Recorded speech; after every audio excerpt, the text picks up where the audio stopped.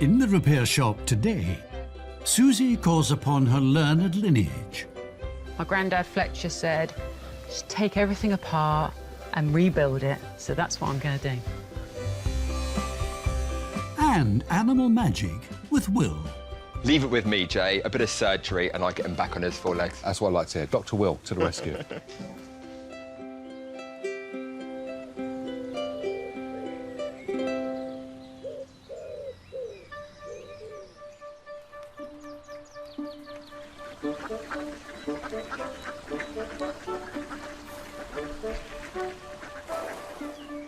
But first, a tall order for Brenton West. I wonder what the story behind that is. It looks quite cool, though, doesn't it? Mother and son, Linda and James Gibson from Kent, have a once imposing heirloom that's looking a little sorry for himself. Hello. Hello. How we doing? Hello? Good, thank you. So, this statue, tell us about it, please. Well, isn't he lovely? It's lovely. I like the dog as well. I know. He's a hound, isn't he? He's lovely. He's French, I think. OK. And I've known him all my life, and Right. it's always been in my parents' home. Where did your parents get this from? They bought a house back in about the 30s that came complete with all the contents. OK. And this was one of the items within that. And then not long after I was born, they moved house, and that's where I grew up, with him being in the courtyard, lit up, and that's as I always remember it as a child. He's never been complete, because he should have a plume on his head, I think. OK. And has he always been a lamp? Well, yes, he's always been like that with a lamp, but I believe originally he was a gas lamp. OK. It's been adapted from a gas lamp, so, I mean, he has got a lot of age to him. OK. How did it get broken? Well, he was stolen from the rear of my parents' farm. Hold on. It's stolen, but it's here now. How'd you work that out? Well, yeah, he was missing for almost 2 years.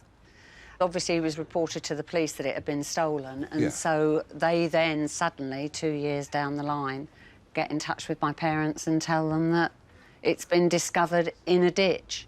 The police, I think, thought that he'd been pushed from the rear of a vehicle. Yeah. And so the impact of that, I can only imagine, is what must have done it. So when it got returned to your dad, how did he feel?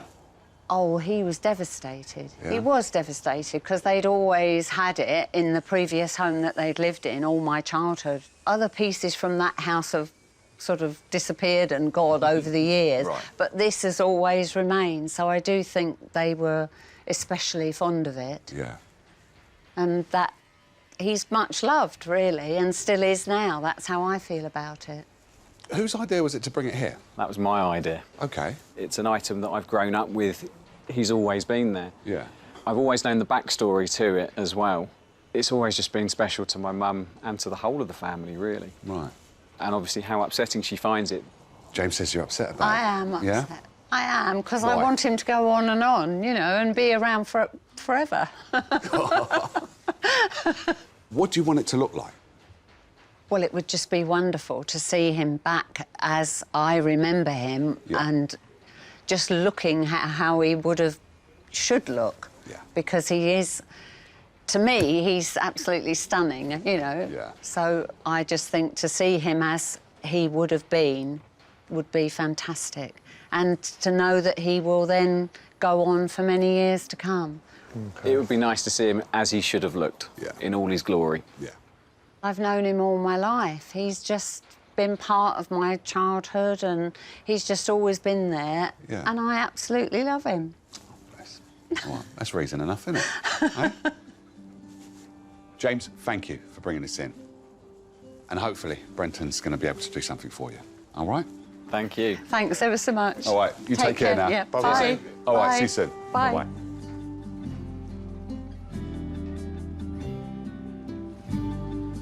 Today feels like a really important day, because if I can get him repaired, it would be just amazing, because it means it would be there for my boys to enjoy and my grandchildren to enjoy, and that would just be fantastic.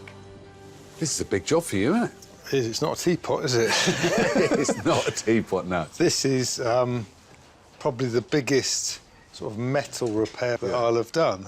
Normally the things I can hold in my hands that I repair. And this is... What metal is that, then?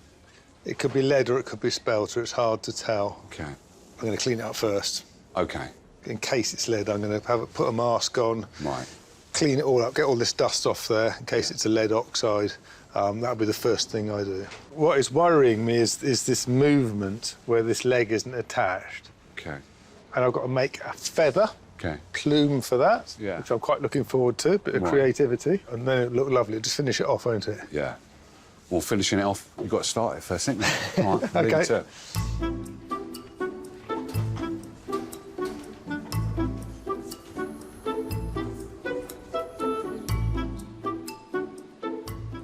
I brought the statue outside because it's got a sort of white residue on it, and I believe that might be lead oxide, and I want to wash that off. I've got a lead testing kit. So these are little swabs. Moisten them in some fresh water.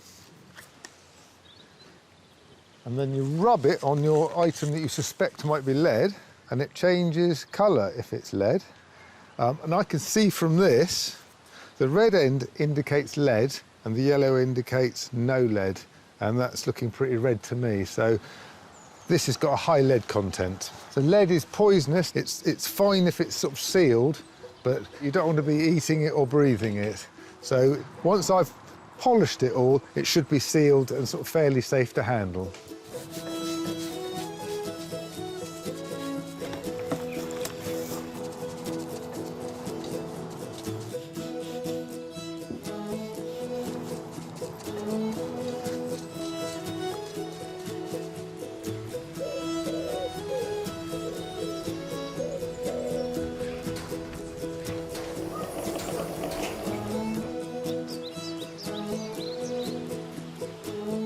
The next hopeful visitor is Dawn Curley from the West Midlands. She's brought a well-travelled keepsake that played its part in the story of post-war Britain for the attention of Susie Fletcher. Hello. Hello. How you doing? Fine, thank you. You? Yeah, I'm very good. Now that looks like a very well-used, well-loved suitcase. This case belonged to my late father. Right. He brought it over with his clothes in from Jamaica. No way. He came over from Jamaica with this? That's it. That was his belongings. Wow. Yeah. So what year was this when he came over? 1948. So he wasn't on a windrush. Windrush, yeah. He was on a windrush? He was, yeah. This was on the Empire Windrush when a number of Jamaicans came over to find work. Yes. Wow. Cool, Yes. blimey. Did he come with the rest of his family? No, he came by himself. And the age he was when he came over? 23, 25 would have been the time he came over. So very young. That was very brave of him to come over by himself. Oh, and just yeah. try to find work. Oh, absolutely. What did he do? First of all, he worked for British Rail. OK. Then he ended up being a bus conductor for 14 years, West Midlands Bus Services. OK. He met my mum, Right. because she also worked for the bus service, so OK. they met. Yeah. My mum had previously been married and she'd got two OK. girls. Right. And met my dad, took on the girls, then had 10 of us. Hold on. Your mum and dad had 10 of you, so there's 10 Yes. brothers and sisters, plus the other two from Yes. the previous marriage. Yes, 12 in total. it's 12. Wow. How did your dad find it in the UK, living here? I think he found it tough to begin with. There was obviously a lot of prejudice, and my mum had a best friend where she worked, and then she came into work one day and said, I'm not allowed to be your friend anymore because you're with this man. Wow. My dad, I think he just took it in his stride and just said, you know, we have to accept what people throw at us, because I think in those days you accepted prejudice back in the day. Yeah, So, in the 50s it was a bit, yeah. What was Dad like then? What kind of man was he? Really, really lovely. Humble, private. Never really told us much about the West Indies and his journey here. For many years, he kept this in the top of the wardrobe. Okay. So it's not until he sort of passed away that we were able to get the suitcase, delve into it, see what was inside, and put the story together between all of us. And what was in the suitcase then? Christmas cards, birthday cards, anniversary cards that were sent from my mum to my dad, dad to mum. Right. and little bits of memorabilia, photographs in there. And I think over time it's given up. It's been through the wars, hasn't it? It has, yes. So it's cardboard. Yes. Wow. Isn't that amazing? How would you like to see it when I've finished working with it? You know, a bit stronger. Yep. So I can put his belongings back into the case, and then that will be used for all the family to tell next generations. This is my dad's, and it will always be my dad's. Yeah. Precious. Did Dad ever get back to Jamaica? He didn't know, so I want to make another journey with a suitcase. Really? Is that what Yeah, you want to do? yeah. Back to the homeland? Yes. And then come back to England? Yes. I think he deserves it. Dawn, I can't thank you enough for bringing this in. It's a bit of history that I am part of and a result of, and can't wait to see what Susie does with this. Thank you. Thank Good you so luck. much. Thank you. Take care now. Bye-bye. The suitcase needs to be repaired because I think it's something, it's history. Prejudice in 48, 58, 68 was difficult. It's getting easier. It hasn't gone away. And I just think I need to preserve that suitcase. And we've got many nieces, nephews. They all need to know the story. And I think they need to be as proud as I am. This is entirely made of cardboard. And card sort of absorbs moisture over the years and then it starts to fall apart. And in England, we have a lot of humidity, so it has absorbed a lot of moisture and weakened it. So in a nutshell, what I need to do is strengthen the entire case. And the first thing I need to do is actually remove this lid. My granddad Fletcher said, just take everything apart and rebuild it. So that's what I'm going to do.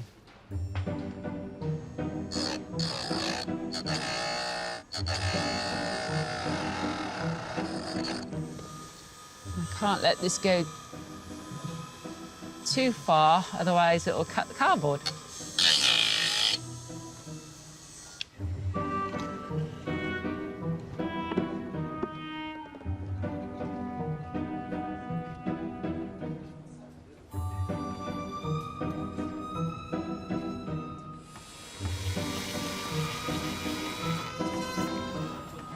After much careful deliberation, Brenton's got a plan to get the dashing statue back on his feet again.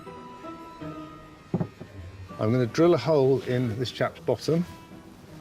I'm going to funnel, and I'm going to pour 3/4 of a litre of epoxy resin in that. That will fill the leg up and make it absolutely secure for the rest of its days. I've made a splint from a piece of quite hefty steel tube. I'm going to put that up there, which will bridge the joint, and tape it into place. Put the leg in place and take the tape out, and that will drop down. So now I've got to try and get this piece of tape out. Right, there we go. I heard it drop down, so that is now between the leg and the thigh. I've got to seal this joint, and I'm going to use some epoxy glue to do that. That will hold it in place, and that will stop the epoxy resin leaking out. Best to be safe than sorry.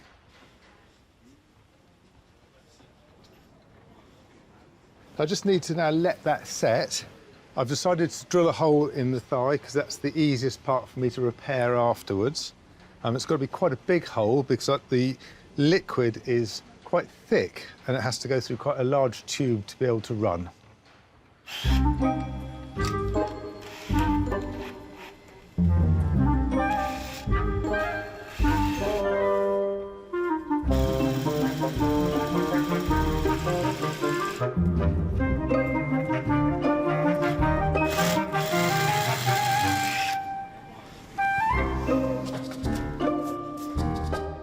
Hopefully, my little funnel device will fit in there. Right, it's the moment of truth. When I looked inside the leg, it has some plaster and lead in its foot, and I'm hoping that it's sealed and this won't come straight out of the bottom of the foot. But we'll see in a minute if my desk gets resin on it, we know this leaks. So that's looking good. I haven't got a big puddle of resin on the desk. I'm guessing this isn't leaking. That's the last little bit in. Whew. So I've just got to let that set now and take the funnel out and repair the hole I've made in his leg.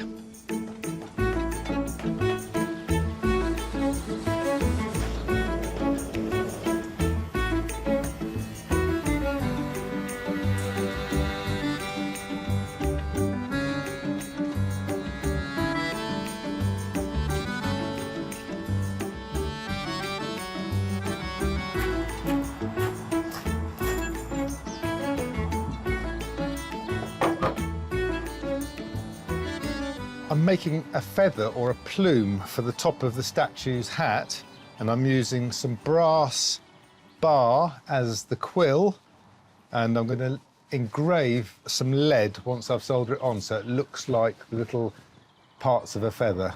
I've never done this before, so I don't know if it'll work. So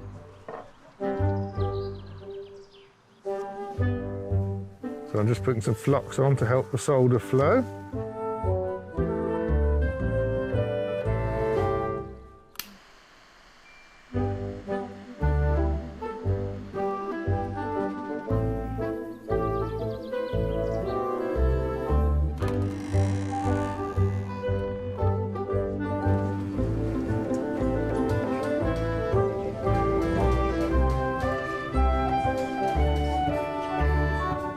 As Brenton continues to delicately craft the sculpture's crowning glory, another statuesque item has arrived for treatment.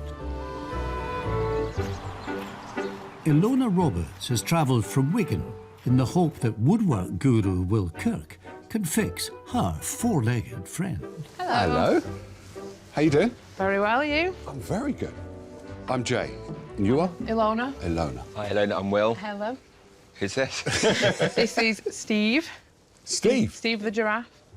Oh, he's split right down the middle. Yeah. Wow. I feel like someone's taking an axe to see. I know. That just happened one day. It was just all of a sudden. It was very strange, but... Has Steve been near a radiator or near a window or anything? it could have been. It could have been in the past, yeah. OK. It's been all around the front room, so... OK. And what made you warm to this giraffe? I bought him because my late husband had a thing for giraffes. He liked giraffes, so when I saw this big, I thought, oh, he'd love that. So I bought that for him. And that's why it's called Steve, because when he passed, we named the giraffe after him, so... And when did he pass? 2009, of skin cancer. So how long was you guys together then? About 8 years before he died. Got married in 2007 and then, unfortunately, got diagnosed skin cancer in 2008. Right. That's quickly after you got married, isn't it? Yeah, it was. And he said, you know, I can get through this. If one person can beat it, why can't it be me? And that's how he was. He was strong. I think he made the rest of us strong as well because of how he was. Good. But then, unfortunately, gone too far. And then he died on the 14th of May in 2009. Gosh. Wow. Very quick, yeah. Very quick. And I know that you say that Steve was very strong for you, but, I mean, it must have been really hard. It was hard. I was only young at the time. I was 25 and he was 27. 27? Yeah. So the giraffe is basically to remember your late husband? Yeah, it's still that connection with Steve. Yeah.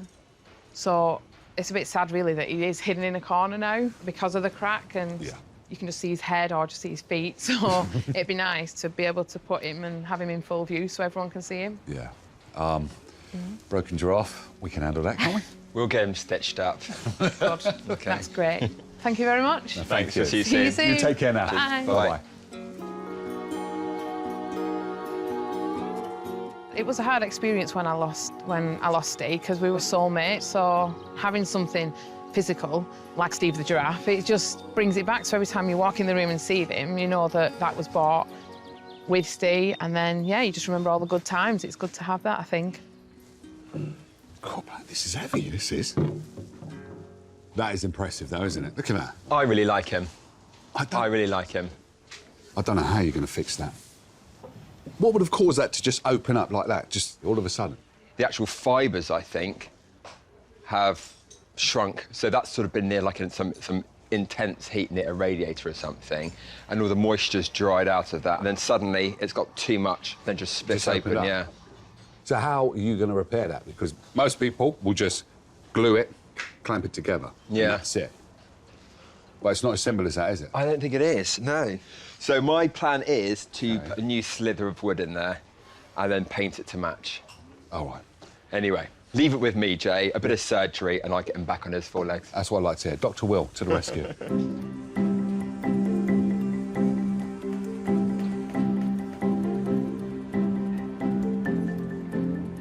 Poor Steve is in a bit of a state. This is a really nasty split, and I've got a feeling I'm going to have to carve out a lot of the good wood in order to straighten that up, which will mean that the slither of wood I put in there is going to fit nice and snugly. So I have this really lovely sharp saw here. It looks quite scary, but it's the right saw for the right job. One of the things with sawing wood is that it's so easy to take off too much, and you know, it's not like working on a computer where you can do undo. Once you've taken it off, you've taken it off. So I am really nervous with this. I've made Steve as comfortable as possible. I'm going to make this very painless, and I think I'm just going to go for it.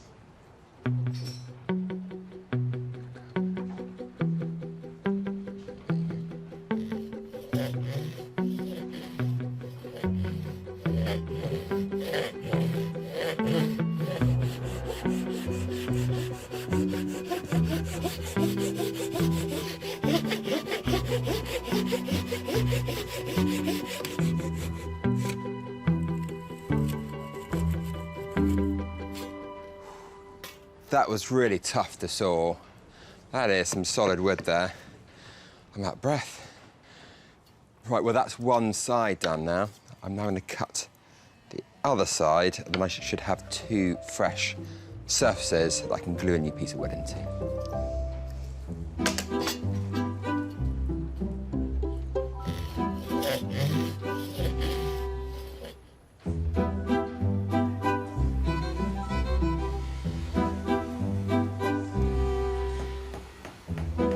Susie has been entrusted with a cardboard suitcase that accompanied a passenger on the Empire Windrush. The lid has this very, very bad tear in it, and it's obviously a very weakened area, and I'm going to insert this piece of fiberboard, which you use in case making, to strengthen the whole of the front. What I want to do is just cover it with this very fine leather so that when it's put in place, it's going to be not so obvious that there's been a repair. This is going to add a lot of strength to this front lip.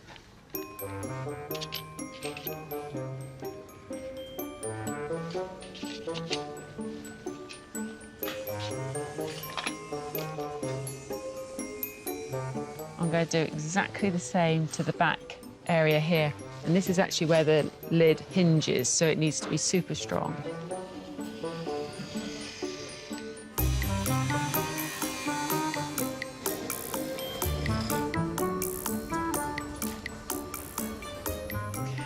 Now that card has glued onto the front here, already that feels so much stronger.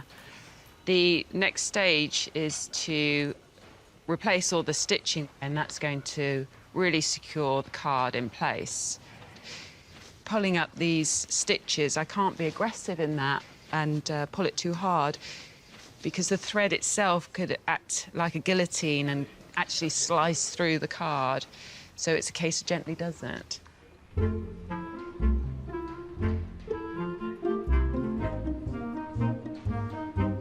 This case won't hold its precious cargo without working locks, but Susie can call upon her brother Steve for help in that department. These locks are slightly rusty, and I don't think they've been lubricated since they were produced back in the 40s. They're slightly twisted, so I need to straighten out a few bits, oil it, and give them a bit of a polish.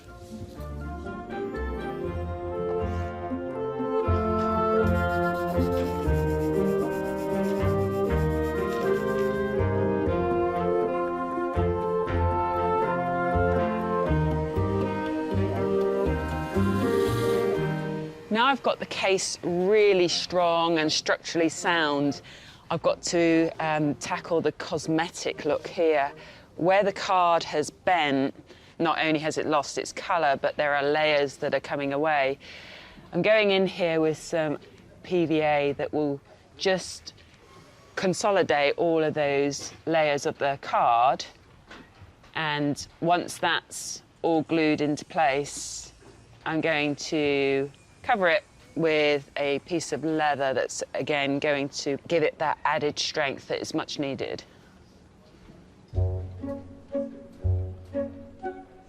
OK, so here's the locks.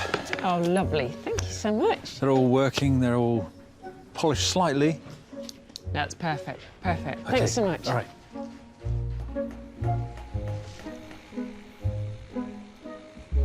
So just going to go in and gently tap, tap, tap.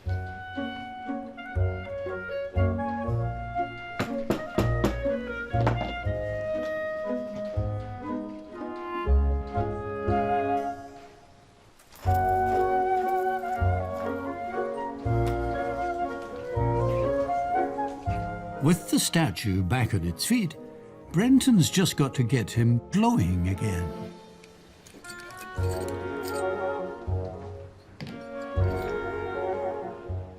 I'm taking out the old wiring because it's two-core wiring, and a metal object like this and a lamp needs to have an earth, so it needs a three-core cable in it. So a new one just makes it safe, and I know it's OK. I'm going to use the old cable from the other end to pull this through. So I'm just going to feed that in as much as I can. Get that started. Now go down the other end and pull.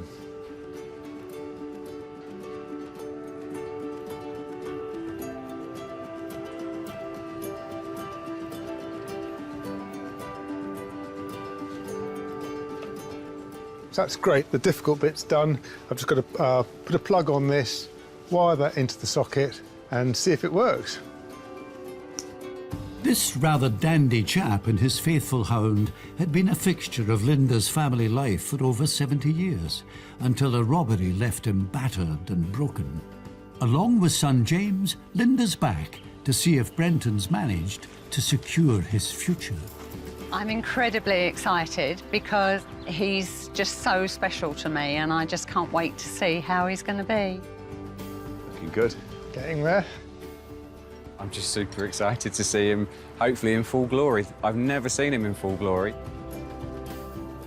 Very nervous. Don't be. Hello. Hello. Hello there. Good, thank you. How you doing, James? Wow.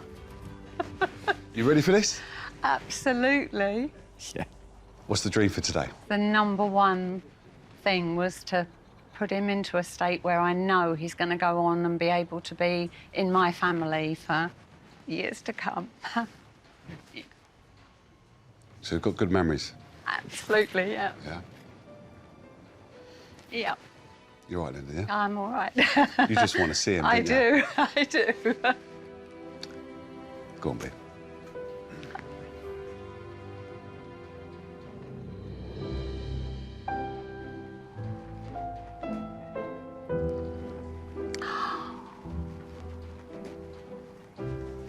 Wow, he's grand, isn't he?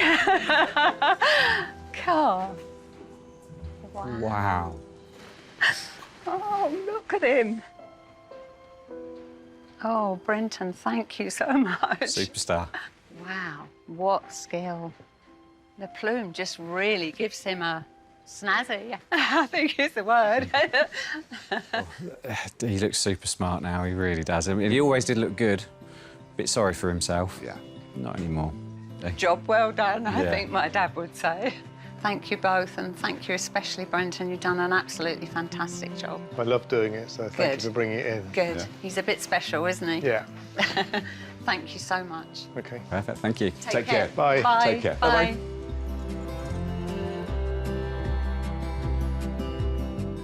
I'm made up with what they've done. It's all just amazing. It's just a wonderful outcome. It evokes all kinds of happy memories.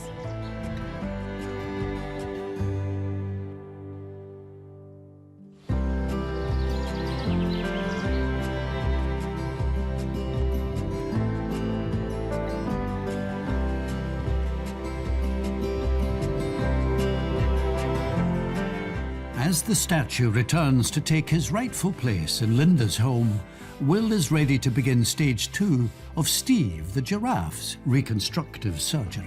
Well, I found a pretty good match for Steve's new section of wood. It's been quite tricky to find the right wood with the right grain and the colour, but I found something, and this is Mavengi, and it's also known as Nigerian satinwood. Now, that almost fits perfectly, but it needs a slight tweak. Now, this is a trick that I learnt back in university.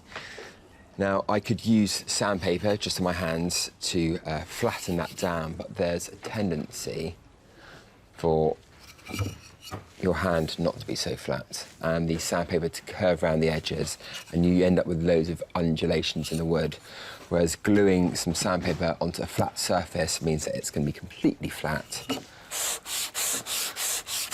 and end up fitting pretty snug. Right, that's a really nice fit. I'm now going to just draw around the outside.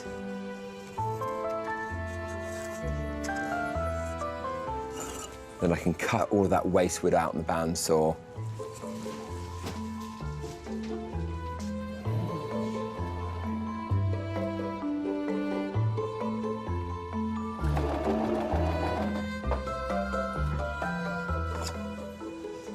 Well, that fits really well. I'm going to add some glue to that, pop it back in, and once it's dried, then I can shape it up.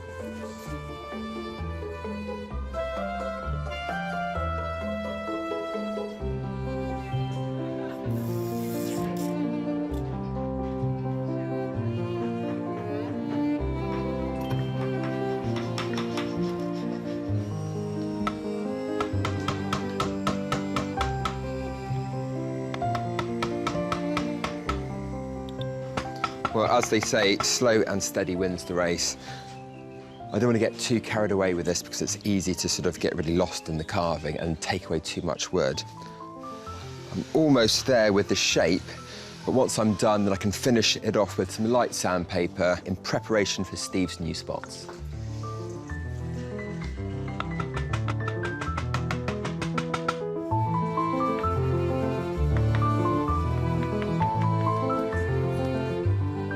On the final stages of her assignment, Susie, restoring the suitcase which accompanied its brave owner to begin a new life in Britain over 70 years ago. Now is the final stage of the case, and I get to put the lid on.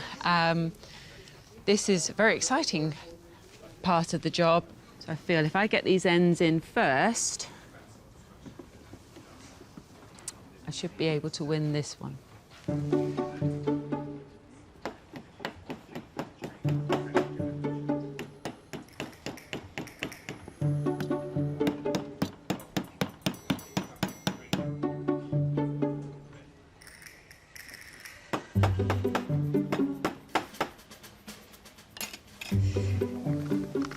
This is the moment of truth.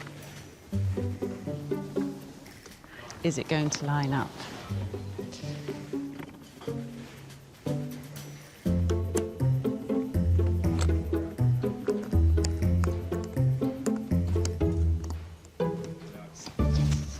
Happy dance.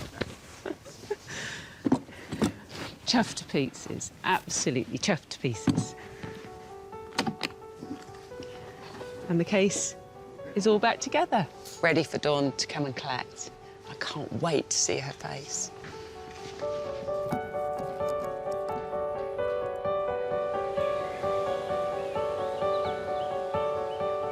Dawn's father sailed to Britain in 1948 aboard the Windrush, carrying only this case. Since the suitcase, we haven't had it with us. I think we've had more conversations with the family, and I just hope the suitcase, well, really just in one piece. If nothing else, I think it needs to come home.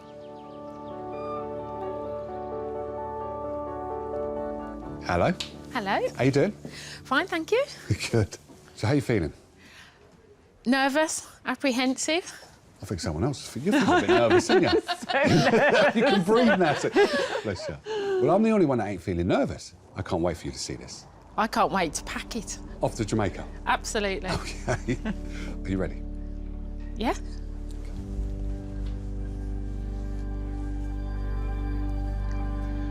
Oh.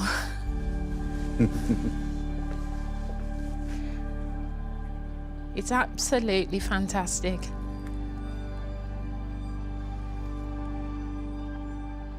I love it. I really, really do love it. Thank you. You're really very welcome. Oh. Oh. It's the first time I've used those clips ever in my life. Still my dad's. That's beautiful, thank you.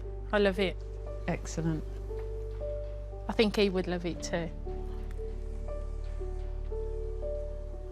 Steve, my brother, was able to actually work on these and make them so that they move more freely, and he did a great job. Thank you. You're very welcome. It's so beautiful, so strong. So what are you going to take to Jamaica then? What's going to be inside? I'm going to put my dad's birth certificate in there. Okay. I'm going to put his passport in, his wallet, and it's going then. It will come back with some sand, a few bits of memorabilia, and then I will then put the rest of his things in there. Wonderful. Cool. So thank you for bringing it in. Thank you. Thank you very much. I'm Very so welcome. pleased. This is how he would have carried it. So now it's my turn. Yeah. Thank you very much. All right. Thank you. Take care. Bye. Bye-bye. This case probably means more to me than anything I own. It really, really does. It's so special. This suitcase, one way or another, will make its way to Jamaica. It will go back to the soil where it came from. Anywhere that I think my dad has walked and breathed that air, it just feels so lovely to hold it, and it sort of makes you feel like he's actually with me now.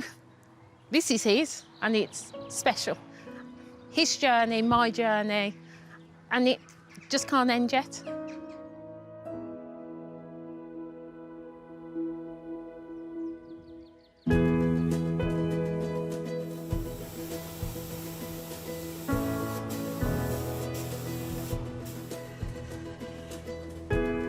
Steve the giraffe's final round of surgery is purely cosmetic.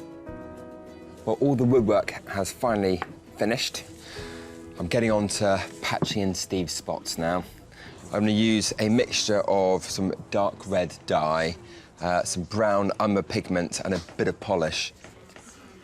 Well, that looks pretty close to me. Let's have a look. I'm really pleased with that red. But I think it's time to start painting in those spots.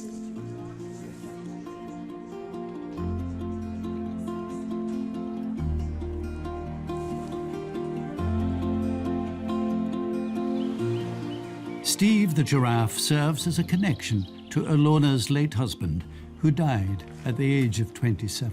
Steve the giraffe is important to me because it reminds me of the time me and Steve had together. So all I'm hoping for today is that Steve the giraffe looks the same way as when we originally bought him all those years ago when Steve was with me. Hello. Hi there. Hello, How you doing? right. Very good. How Nice are you? to see you. Yeah, I'm excited. How has it been not having Steve around the house?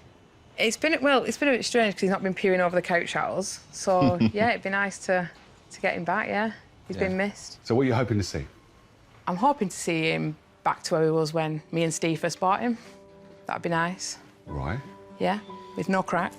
All fixed, hopefully. You see that? All fixed up. You All ready? fixed up. You ready to see? Yes, I am.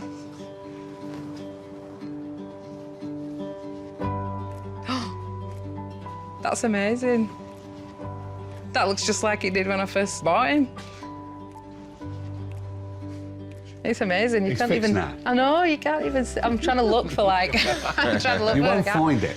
That's awesome. I don't know how you've done that. That's really good. Under inspection. Yeah. Awesome. I like the sound of that. I love it. Wow.